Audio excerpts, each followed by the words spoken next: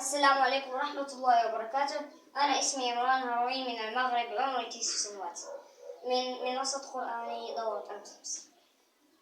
إذن اليوم بمشيئة الله سبحانه وتعالى سأقدم سورة الفاتحة وشرحها، أو سأقرأها. أعوذ بالله من الشيطان الرجيم. بسم الله الرحمن الرحيم. الحمد لله رب العالمين، الرحمن الرحيم، مالك يوم الدين، إياك نعبد وإياك نستعين، اهدنا الصراط المستقيم، صراط الذين أنعمت عليهم غير المغضوب عليهم ولا الضالين. إذا الآن سأشرحها اليسر. أولا، بسم الله. ما معنى بسم الله؟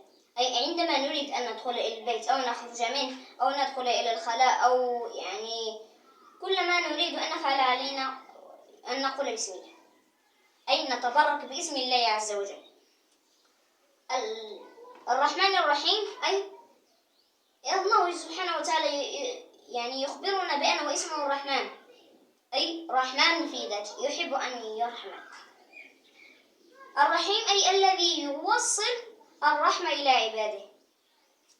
الحمد لله رب العالمين، أي ما معنى الحمد لله؟ أي بأن الله عز وجل له الحمد ما في السماء ملء ما في السماء وشمول الأرض. والرحمن الرحيم أي سويشرحها. الرحمن أي الله سبحانه وتعالى هو رحمن في ذاته، يحب أن يرحم عباده. الرحيم أي الذي يوصل الرحمة إلى عباده.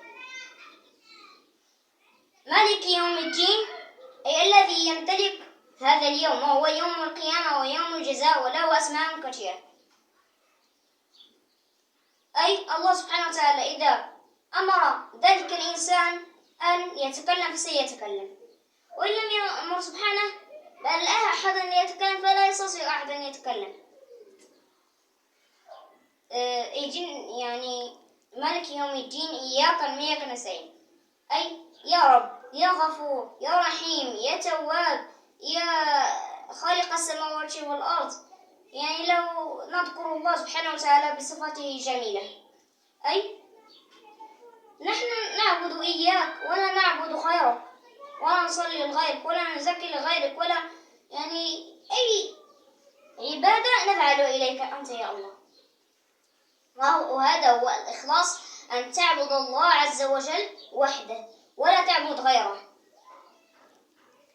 اهدنا الصراط المستقيم، أي ما معنى اهدنا الصراط المستقيم؟ أي الطريق الذي لا وجاج فيه، صراط الذين أنعمت عليهم غير المغضوب عليهم ولا الضالين، أي صراط الذين أنعمت عليهم من الأنبياء والصديقين والشهداء والناس الصالحين، غير المغضوب أي هم اليهود الذين يعرفون الحق ويكذبون الأنبياء.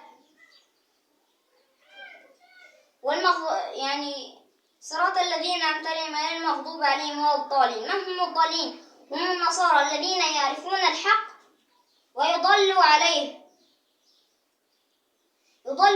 ويقول أن الله سبحانه وتعالى عيسى عليه السلام ابنه، والله ليس له ولد ولا هو مولود أيضا. والسلام عليكم ورحمة الله وبركاته.